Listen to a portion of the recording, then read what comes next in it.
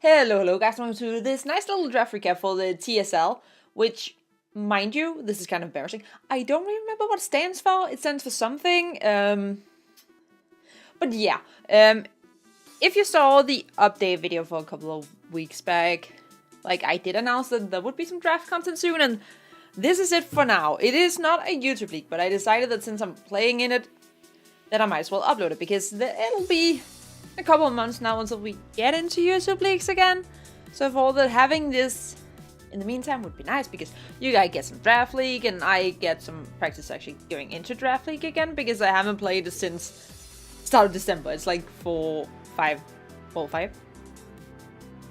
think it's 4 months ago. 5 months. I don't care. Like it's been a long time. So yeah. So we basically go into this. It's like, it is a pretty casual league. Like, there are some really talented people in this too, but it is overall a casual league. So basically, like, how this was constructed, the draft was a little bit different than the other leagues I've been in, because instead of having, what's it called, 4 free picks, we had 5. So you were basically forced to have 2 tier 2, but the rest of the not tier 2, tier 3, but the rest of them you only were forced to have 1. And you draft 12 Pokemon total. So, and then we announced choosy captains, which basically, like, you could take a tier 1 or a tier 2 together with any tier 3, 4, or 5.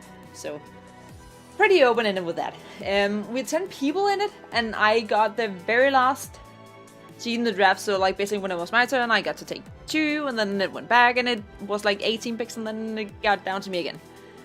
And I will say, and I think my assistant coach Vebs can very much agree that I was a headache, because I did not know what I wanted at all.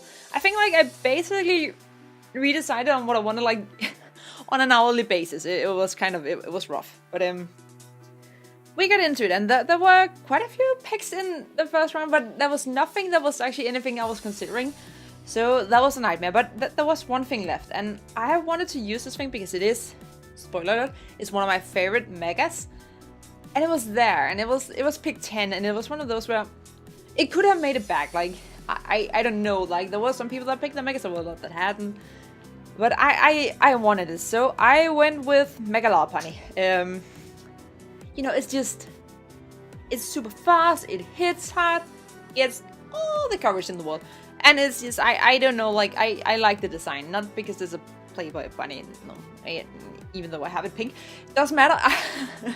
I just really like it, and I really wanted to try it out. So it was like the one thing that was, you know, if this thing is here, I should draft it, because if I'm in another league and I have one of the last picks, I might not be able to get it. So I went with it, and then I had to pick right afterwards.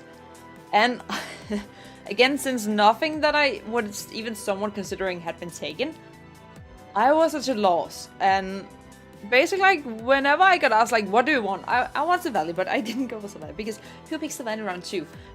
So instead, there was this very specific thing was still left. And I was like, this thing is going to be taken before it gets back to me. And I hate facing it. So now I want to try it myself. So basically, I went with Little Steel Up, because it's just, it's a nightmare. It's a nightmare to face. Like, I won against him once, but that was only because Pidgeot kept so calm. It's just like, it's really good. Has very few weaknesses. Really good. Really bulky. Can do basically anything.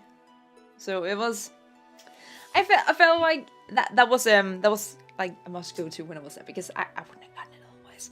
So then, you know, we take the 18 picks and it comes back to me.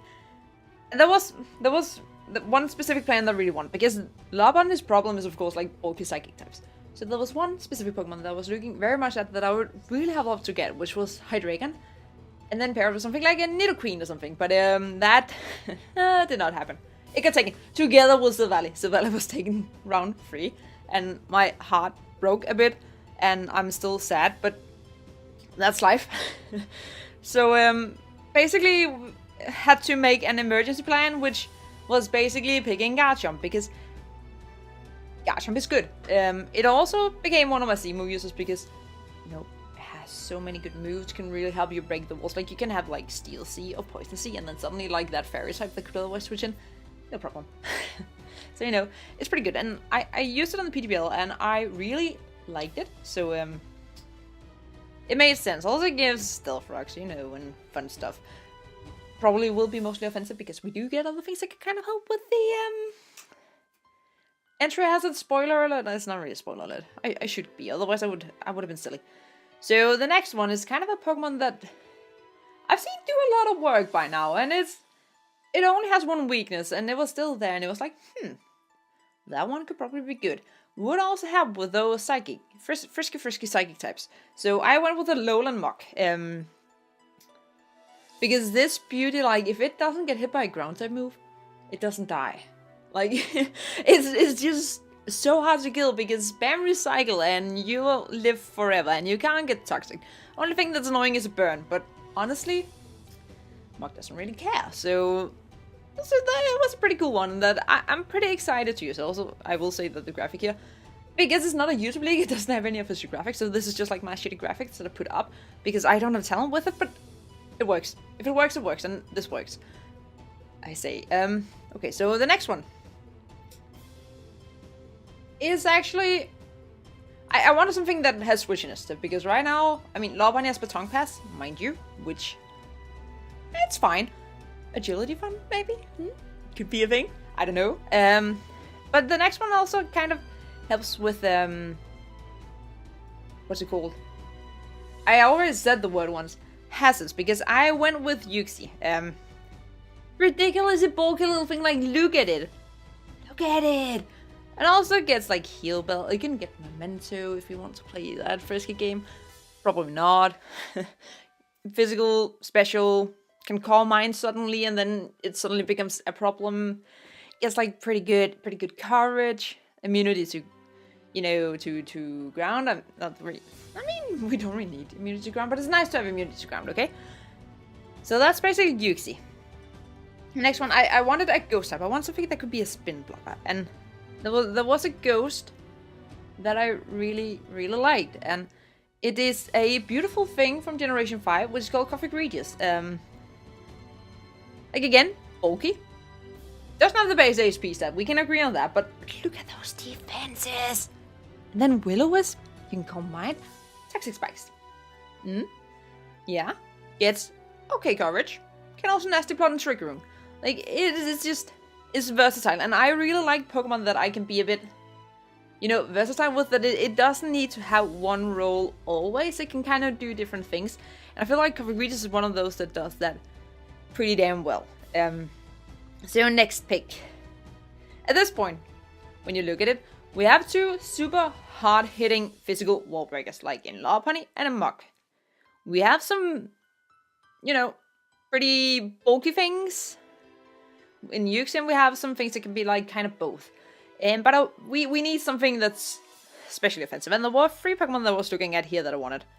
One of them is not especially offensive, but there were 3 Pokemon that I wanted. And having to pick 2 and then hope the one gets back, that was pretty damn hard. But I wanted a fast electric type. And that was one of those where I was pretty sure that it would not come back to me. So I went with Raikou, because, oh, I didn't click it. Hey, there you are. Pretty fast. It's pretty dang hard. Can be pretty damn bulky. Doesn't have the base coverage, we can agree on that, because, like, if you want Osbear, you need to have the event one, which is trash, which is kind of trash.